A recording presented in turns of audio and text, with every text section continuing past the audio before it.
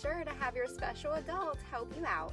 Okay, my little Valentines, let's make a Valentine's Day craft.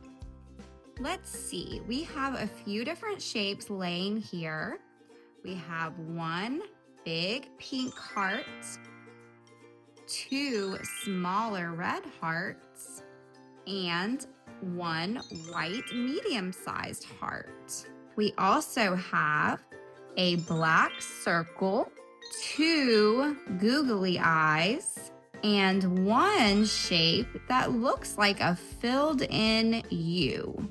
Let's take a guess, friends. What do you think we are going to make with these shapes? Can you guess?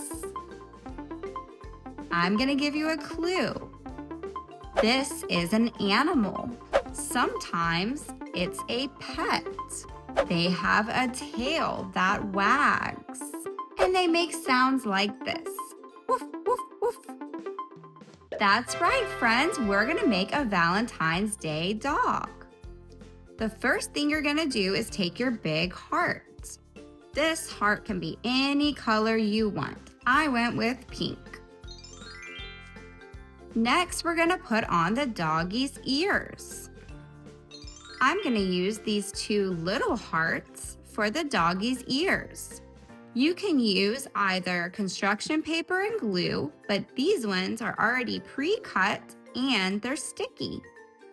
One on the right side, one on the left side. That looks pretty good. Next, we're gonna put on his eyes. I'm gonna use some glue so that they stick.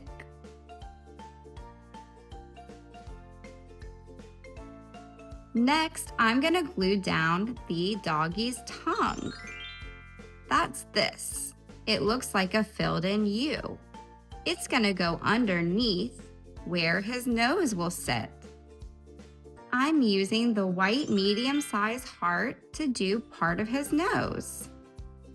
This one is also pre-cut and sticky.